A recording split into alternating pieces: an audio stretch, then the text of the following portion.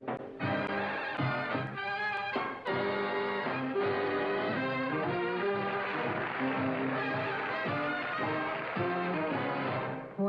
they had the earthquake in San Francisco back in 1906, they said that old Mother Nature was up to her old trick.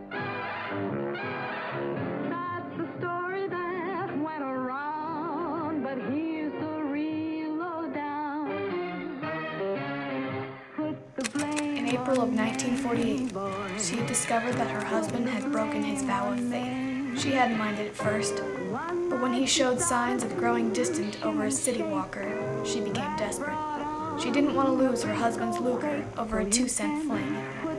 She was an out-of-work writer with nowhere to go but an empty house and the arms of a man who never looked her in the eye. So she took the gun entrusted to her by her father for protection and took care of the problem herself.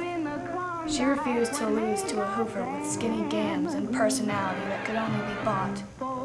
And from the moment she pulled the trigger, she knew she did not regret it. But then he came to her door.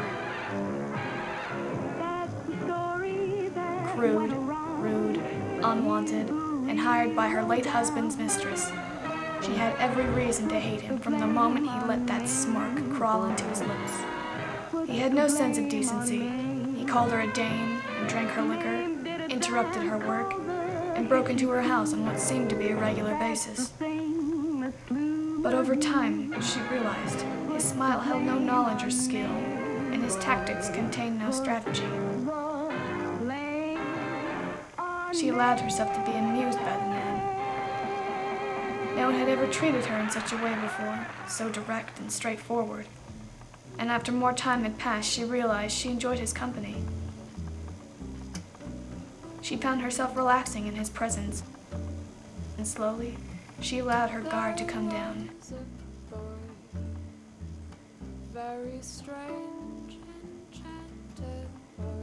And eventually, she found herself in love.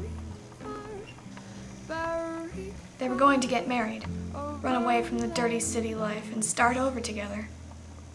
She would tell him then, tell him everything about what had happened, and she knew he would love her anyway.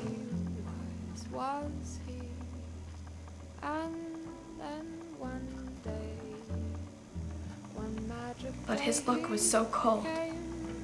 He didn't care about the plans they'd made together. He said he was going to arrest her anyway.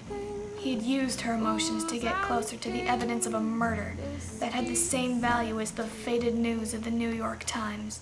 She would get the chair, or maybe even a hanging, and he would be the one to place the rope around her neck. And so, with the same gun she had used to murder her husband, she killed the only man she had ever loved.